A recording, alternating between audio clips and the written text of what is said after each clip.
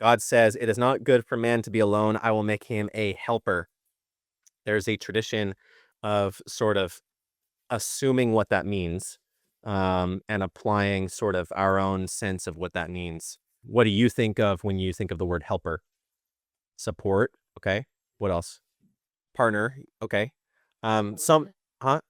Some people will think subordinate. Yeah. Some people think of the correlation between Batman and Robin, right? Sidekick.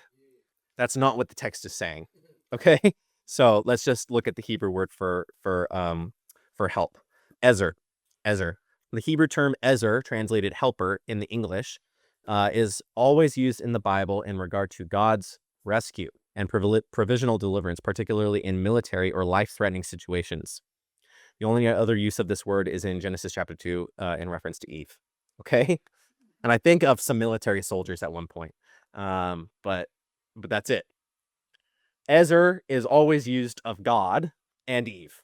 It's very interesting. Why would that be the case? Especially particularly in life-threatening situations, like military situations. It will say, God is my Ezer and my shield, or rescue me, God, my Ezer. Things like that.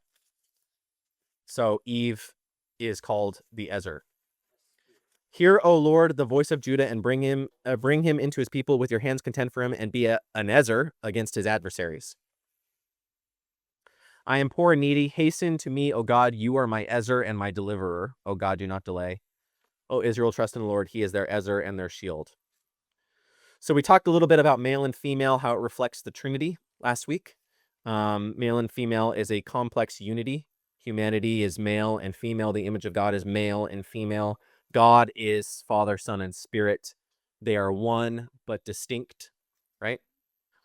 So the word that is said of Adam, that it says that God caused a deep sleep. This elsewhere is used in the Bible of a moment in which someone undergoes a visionary experience. Okay? It's like God placed a cloud, a spiritual cloud over you, and now you have gone underneath a trance, an intense or mysterious dream or vision. So here we go. You have Adam. We had the whole formation of Adam slides, and now you have Adam, and now he's placed underneath this tardema, is what the Hebrew word is, tardema. Okay? And what does God do after he puts him underneath the deep sleep? What does it say? Your English said he takes a rib. This is a very old way of translating this, going back to the Latin translation of the Bible. It's not the Hebrew word, though. It's not the Hebrew word for rib. Okay? Side. Entire side. Entire side. So, this, like, take the middle of the room and this way, that's a selah, is the Hebrew word. The side of the room. Okay? Yeah, our better half. There we go.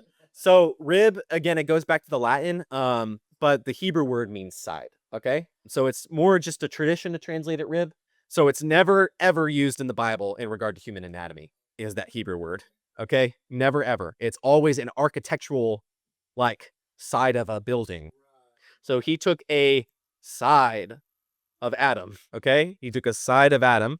And the point here is the other Hebrew word, ezer, kenegdo, is the fit for him, right? It means that word means like opposite or mirrored. Okay?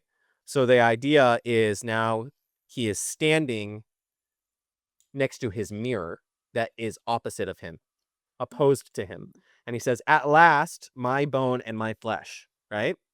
So he identifies himself with the woman, that she is like him but different.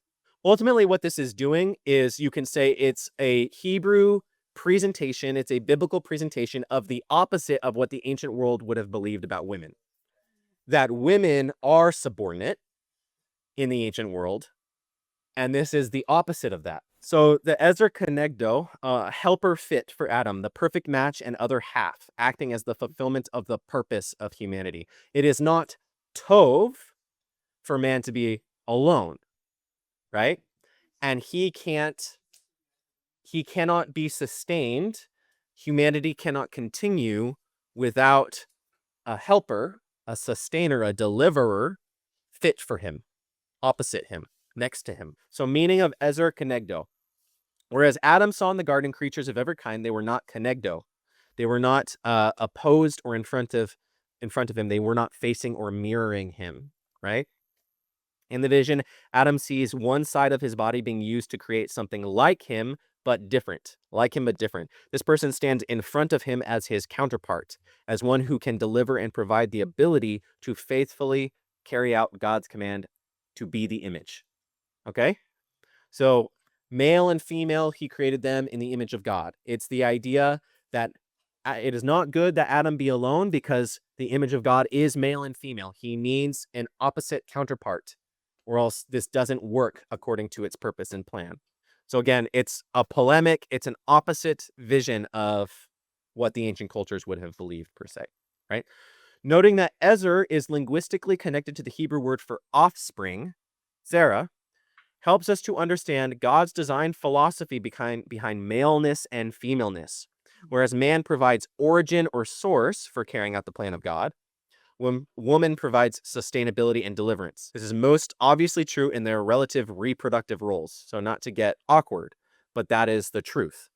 The man provides the seed and the woman carries the offspring and delivers the seed. You see what I'm saying? Adam, the side comes from Adam and she fills out the purpose of humanity. You see what I'm saying? This is most obviously true in the reproductive rules, but manifests in a variety of other ways in relationships. Throughout all of human history, males have been the ones who go out and do the hunting, right? They have this aspect of they bring back the thing, and then the women sustain the family and the household. So the idea is you need them together. Life cannot function, and they become one flesh, the marriage covenant, right? That's not just that they become spiritually tied. It is them becoming spiritually tied. The marriage covenant is a covenant between them and between God, right? But they become one flesh in that they literally create new life that is half of each of them. So therefore, a man leaves his father and mother and clings to his wife. The two shall become one flesh. It's the reproductive act that continues the image of God down the generations, down the line. Does that make sense? And of course, I have a cross here because this is all pointing towards something, right? This is a foundational image layer pointing towards something greater than itself, okay? So Eve, she's made from the side. She's Adam's perfect complement, his perfect match, his perfect equal, okay? Think about this. He named all the animals, right? And it was like, these are lower than me. You see what I'm saying? I need someone next to me. She's the gardener and caretaker of God's dwelling along with Adam. She's deceived by the spirit, or by the serpent. So there's going to be an interesting thing next week that we talk about the difference between Adam and Eve in the fall. And there are different relative roles in the fall, that she's deceived. Adam is not deceived, as Paul says. She's called the mother of all the living, and she is also an archetype. The archetypical mother, right? And as Adam is replaced by Jesus in that archetype, so is Eve replaced by Mary in that archetype. Notice how Adam needs to undergo a wounding or a kind of loss in order for his bride to be able to come to life. See the connection? You already get it? The pattern of sacrifice, the self-giving, which brings about the deliverance of humanity, is at the heart of the biblical narrative. It culminates in Jesus' crucifixion and the wound in his side. So part of Adam is cut off and the bride is formed. And Adam and Eve, they represent heaven and earth, okay? And remember, the point of the Bible is the unification. The Garden of Eden is all of creation. The marriage place is now everywhere. So I saw the holy city, the New Jerusalem, coming down out of heaven from God, prepared as a bride adorned for her husband, right? The point here is that Adam is representative of heaven, Eve is representative of earth, and the same thing of Christ in the church. Isaiah 54 verse 5, your maker is your husband, the Lord Almighty is his name, the Holy One of Israel is your Redeemer, he is called the God of all the earth. I'm saying, spiritually speaking, Paul says we are members of his body, therefore a man shall leave his father and mother and hold fast to his wife, the two shall become one flesh. That's what we just read in Genesis 2. And Paul says this mystery is profound. I'm saying it refers to Jesus, to Messiah, and his assembly is what church means. The body that comes together to be married to Christ. So here's just a cool little art piece representing that, right? Eve is born from the side of Adam. So from the side of Christ flows the new humanity as the cosmic bride, right? The point here is that the formation of Eve, it's the least arbitrary thing about this passage. Like, you see what I'm saying? Like, this is the point of the story, is that we are united with Christ in the garden. And the garden represents that marriage banquet, the meeting place of creator and creation